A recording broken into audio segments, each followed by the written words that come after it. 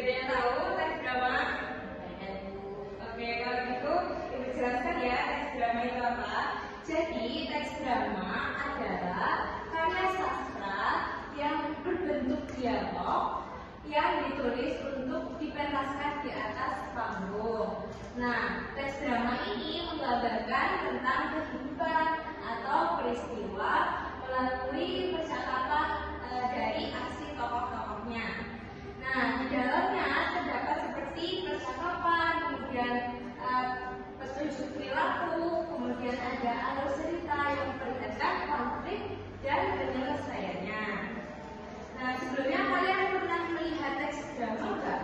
Pernah membuat teks naskah drama enggak? Sekarang ke ciri-ciri teks drama. Yang pertama, jadi teks drama ini disusun dalam bentuk dialog. Jadi dalam teks drama itu berupa narasi yang berbentuk dialog dan terdapat beberapa tokoh-tokoh di dalamnya. Nah, yang nomor 2 ini memiliki tokoh dan konflik. Nah, tokoh-tokohnya itu biasanya dalam teks drama itu ada berapa? Ada banyak kan, nggak mungkin satu. Nah, dan di sana juga ada konflik. Konflik tentang apa? Misalkan tentang persahabatan, tentang keluarga, atau tentang apa lagi? Menurut kalian? Konflik cinta. Nah, konflik tentang cinta. Terus apa lagi?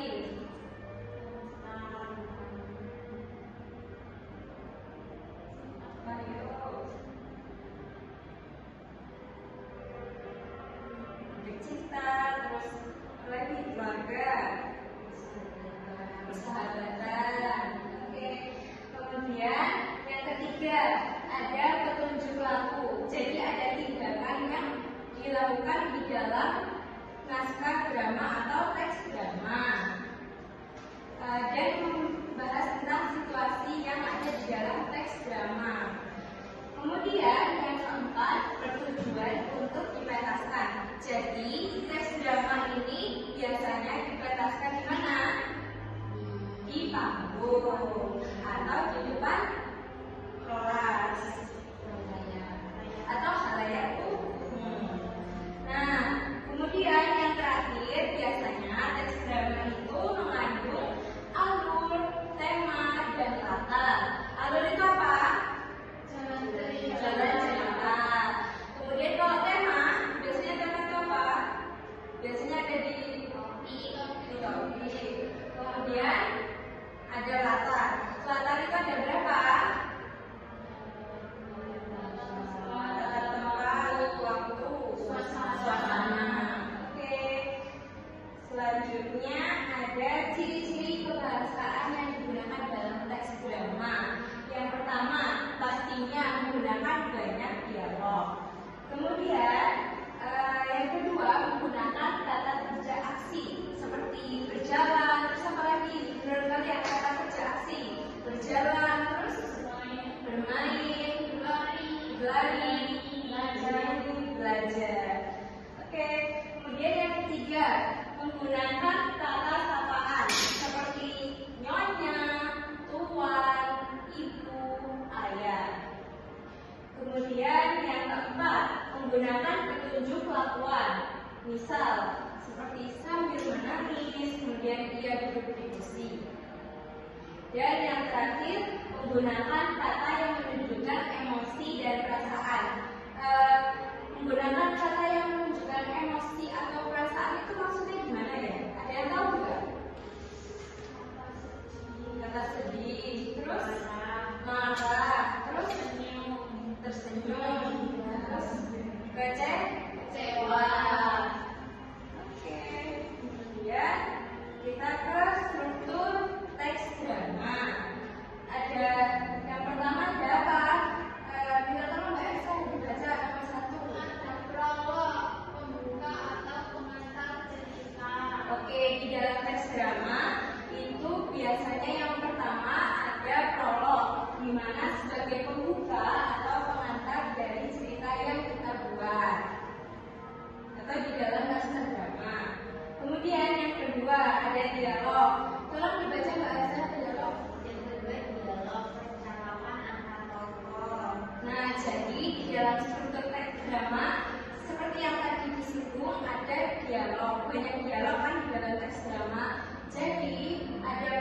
pertemuan antar tokoh. Kemudian yang ketiga ada aksi atau petunjuk laku, yakni instruksi tentang tindakan atau ekspresi. Kemudian yang keempat ada epilog. Kemudian kalau dibacakan yang bagian terakhir ada epilog adalah penutup atau kesimpulan dari cerita. Nah, biasanya di dalam teks drama itu ada epilog, yakni yang ada penutup sekaligus ada kesimpulan dari cerita dari teks drama tersebut. Kemudian kita beralih ke ini. Jadi ada yang tahu cerpen? Teks cerpen. Nah, di sini ada perbedaan antara teks drama dengan teks cerpen, ya kan? Oke, yang pertama ceritanya disampaikan melalui dialog langsung antar tokoh, jadi bukan narasi panjang. Kalau cerpen kan biasanya biasanya narasinya panjang. Kalau teks drama biasanya ceritanya itu banyak dialognya, oke, bukan berupa narasi yang panjang. Kemudian yang kedua ada petunjuk laku atau stage direction, seperti ekspresi, kemudian gerakan, setting panggung. Jadi di perbedaan antara cerpen dan teks drama. Jadi kalau cerpen itu kan nggak pakai gerakan atau lagi kalau setting panggung. Sedangkan kalau teks drama menggunakan ekspresi atau gerakan dan setting panggung. Kemudian yang ketiga ada tujuannya bukan hanya untuk dibaca saja, tetapi biasanya dimainkan dan ditampilkan di depan penonton. Kalau cerpen biasanya berupa apa? Tulisan buku. Kalau drama lebih ke dimainkan dan ditampilkan oleh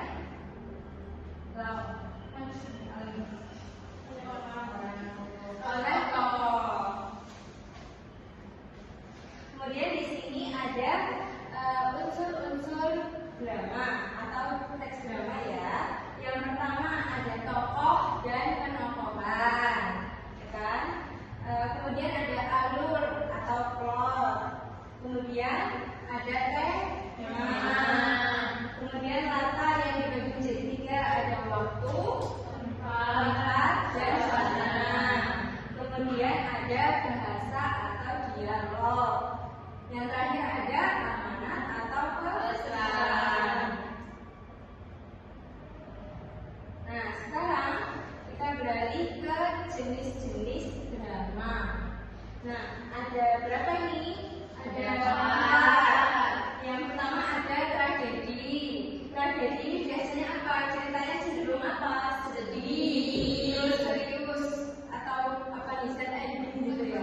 Tegang. Kemudian kalau komedi itu biasanya lebih ke cerita yang seperti apa? Kayak lucu, terus menghibur. Oke. Terus yang ketiga ada tragikomedi. Jadi ada komplikasi antara gabungan antara sedih dan lucu.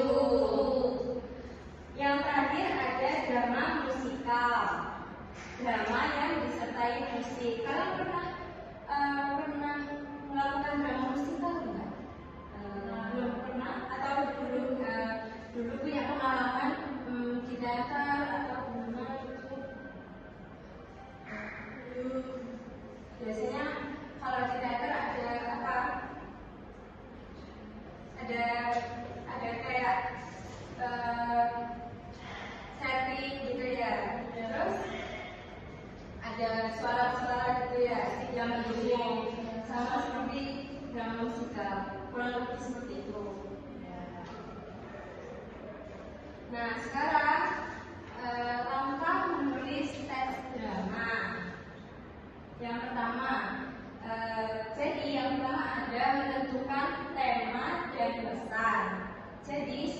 membuat teks drama kita harus tahu kita mau mengambil tema apa ya, dan pesan apa yang ingin kita tuangkan di dalam naskah drama. Kemudian yang kedua, buat tokoh. Jadi terdiri dari beberapa tokoh kan. Nah biasanya tokoh-tokoh itu dibagi antara kayak protagonis, kemudian antagonis. Jadi ada yang baik, ada yang jahat. Dan alurnya pun disesuaikan. Misalkan alurnya mau apa, maju atau mundur, atau komplikasi atau gabungan, maju atau mundur. Kemudian yang ketiga, menyusun dialog. Dialognya sesuai dengan tema yang ingin dibuat dalam naskah drama. Nah, jangan lupa setelah itu perhatikan juga antara struktur dan gaya bahasa yang dimuat di naskah drama. Kemudian yang terakhir, kalian melakukan pengajian ulang, revisi, dan siap dipentaskan. Nah, sekarang kita ke kelebihan teks drama. Yang pertama, hidup dan nyata. Maksudnya di sini, jadi cerita di dalam teks drama itu disampaikan lewat dialog langsung atau gerakan dari tokoh, sehingga drama tersebut terasa lebih hidup dibandingkan hanya membaca narasi. Yang berupa narasi itu kan cuma cerpen ya. Ya kan, kalau drama lebih ke dialog langsung. Kemudian yang kedua, mudah dipahami. Jadi di dalam teks drama kan tadi ada konflik, terus di sana ada tokoh juga. Nah, di dalam tokoh-tokoh tersebut pasti kan ada yang wataknya gimana, misalnya wataknya sama antagonis, terus ada yang protagonis, dan alur cerita yang bisa langsung terlihat melalui percakapan atau dialog. Kemudian bisa juga mendidik karena sehingga mengandung pesan moral. Jadi biasanya di dalam naskah atau teks drama biasanya sering mengandung sebuah pesan moral atau sosial atau juga kemanusiaan yang bisa jadi pelajaran bagi penonton maupun pembaca. Nah, kemudian kita ke kekurangan teks drama. Yang pertama, terbatasnya pada dialog dan aksi. Maksudnya di sini teks drama ini tidak bisa menjelaskan lebih detail tentang suatu hati tokoh lewat narasi panjang, karena melalui dialog-dialog singkat biasanya, bukan seperti novel ataupun cerpen yang cenderung menggunakan narasi panjang. Kemudian yang kedua, interpretasinya bisa berbeda. Pemahaman, interpretasi itu pemahaman antara penonton. Misalnya penonton yang melihat drama itu mungkin bisa menghasilkan cerita secara berbeda dari teks drama atau naskah drama yang dibuat. Kemudian yang ketiga, bergantung pada aktor. Kualitas drama sangat dipengaruhi oleh kemampuan pemain. Misal nih, di dalam melakukan drama, kalian bermain drama gitu, jika aktingnya kurang bagus, maka pesannya tidak bisa tersampaikan dengan baik. Nah, ini salah satu contoh, kelihatan tidak? Terlalu kecil ya? Iya, kecilan Bu. Apa mau dibesarkan? Sebentar.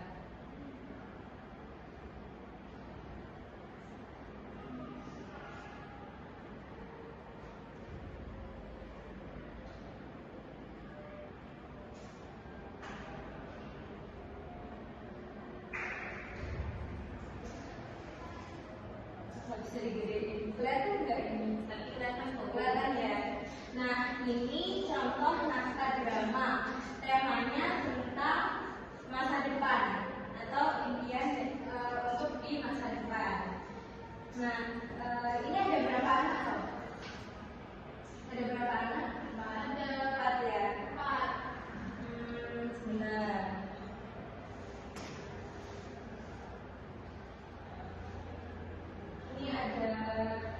juga kayak di tokonya.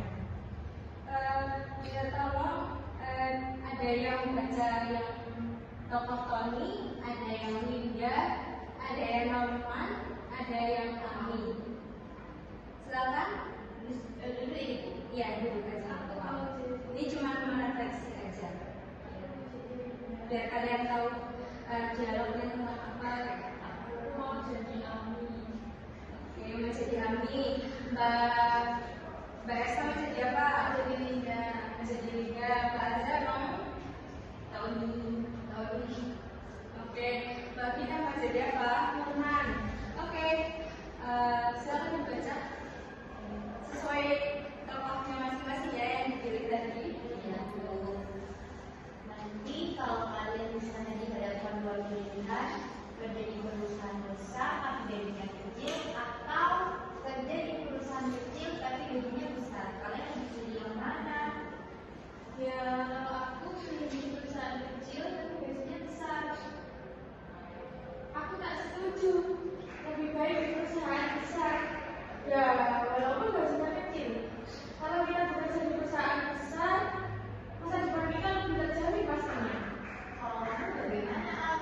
Kalau aku sih yang penting potensi kedepannya baik. Tak apa-apa sementara kecil-kecil, tapi kan asalkan nanti kedepannya bisa cukup penghasilan yang lebih baik. Itu artinya kamu memilih bekerja di perusahaan besar daripada perusahaan kecil, kan? Ya, benar.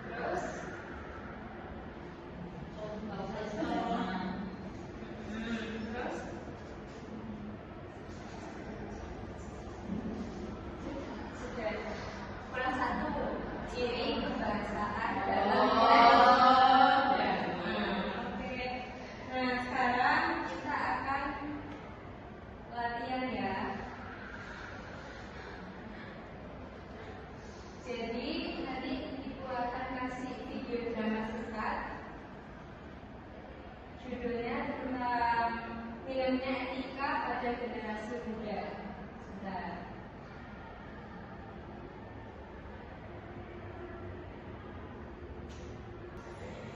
Contoh lain Bu. Iya, sebentar ya. Ibu cari contoh lain ya. Ya Ibu, sepertinya diem.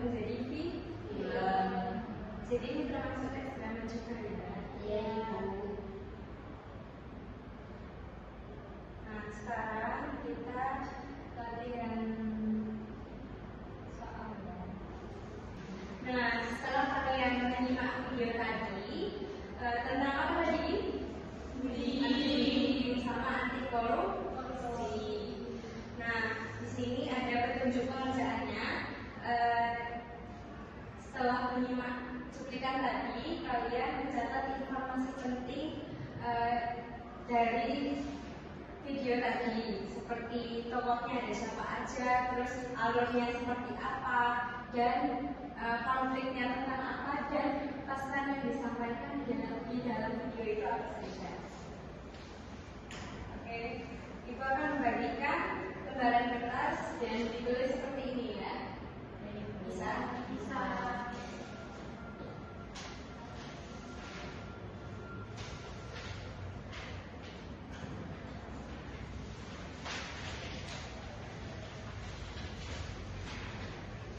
Ibu kasih waktu berapa menit ngomong ini? 10. Berapa? 10 menit ya? Ibu? 15. Oke, 15 menit ya.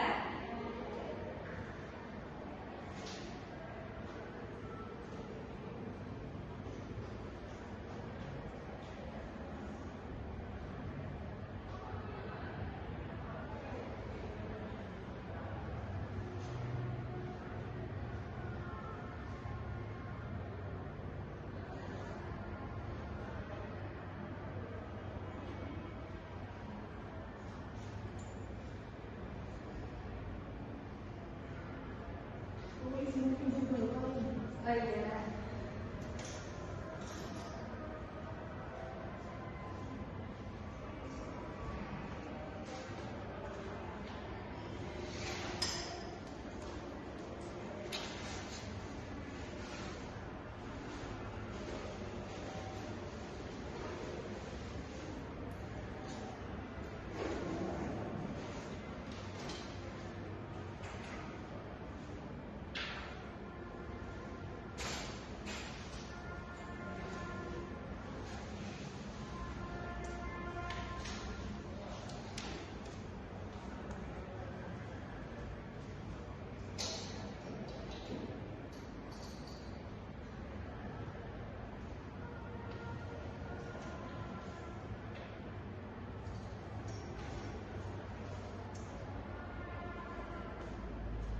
Sudah?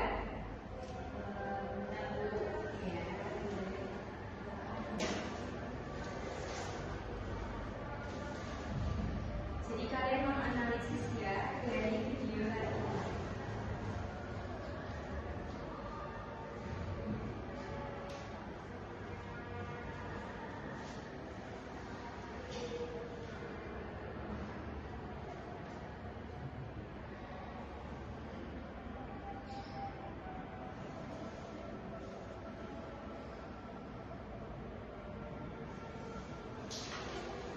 Ada yang belum?